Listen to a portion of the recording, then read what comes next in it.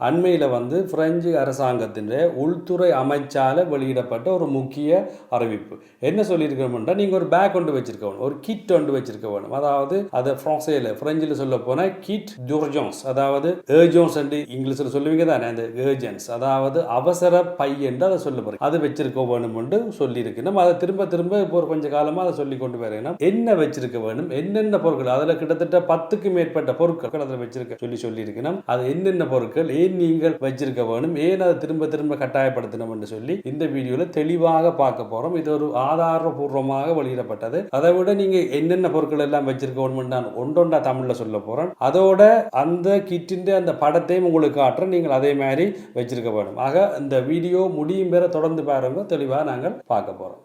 அப்போ ஏன் இதை சொல்லியிருக்கணும்னு சொன்னால், ஒரு திடீர் பேரிடர் ஒன்று பெறலாம், ஒரு வெள்ளப்பெருக்கு பெறலாம். இப்போ அண்மையில் கூட பார்த்தீங்கன்னா, இப்போ இந்த வீடியோ விடுகிற காலப்பதி 12ஆம் மாதம் 2025ஆம் ஆண்டு. இந்த மாதம் இப்போ அண்மையில் இலங்கையில் பார்த்தீங்கன்னா மிகப்பெரிய ஒரு பேரழிவு ஒன்று ஏற்பட்டது. எந்த மக்களும், அதாவது அங்கே யாருமே இப்படி ஒரு வெள்ளப்பெருக்கு ஒரு பேரழிவு பெறும் என்று கடைசி வரையும் யாரும் எதிர்பார்க்கவே இல்லை. ஏழை பணக்கார நடுத்தரமாக உள்ளவன் யாரும் இல்லை, எல்லாரும் பெரும்பான்மையான மக்கள் வெள்ளத்தால் பாதிக்கப்பட்டு ரோட்டுக்கு வந்துட்டோம். அவையில தவிர வேறு எதுவுமே மிஞ்ச இல்லை. அப்ப இப்படியான சூழ்நிலைகள் எப்ப வரும், எந்த சூழல்ல வரும் என்று யாராலையும் எதிர்பார்க்க இயலாது. இப்போ சுனாமி வந்ததெல்லாம் உங்களுக்கு தெரியும். அப்ப அதே மாதிரி அதை விட ஐரோப்பாவில் வரலாம் என்றால், அது எங்கேயுமே உலகத்தில் எந்த சூழ்நிலையிலையும் எந்த மூலையிலையும் எதுவும் இயற்கை அனர்த்தங்கள் நடைபெறலாம். அது எந்த கண்டம் எந்த நாடு அப்படின்றாம சொல்ல முடியாது. அப்படி ஒரு இயற்கை அனர்த்தம் திடீரென்று ஏற்பட்டால் அதை பாதுகாக்கிறதுக்கும், அதை விட இப்போ ஐரோப்பாவில் பார்த்தீங்கன்னா ரஷ்யா உக்ரைன் பிரச்சனையில் அங்கே போலந்தின்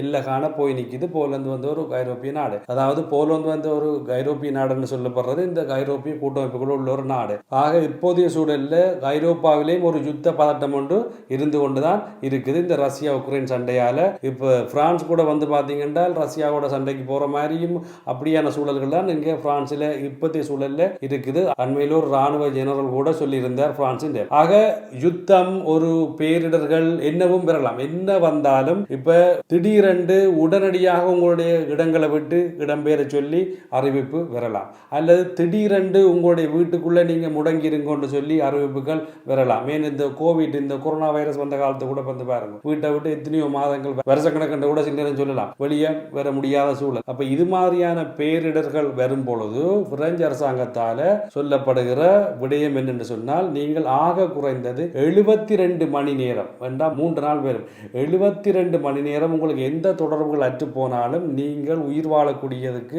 தேவையான பொருட்களை தான் வச்சிருக்க சொல்லணும்.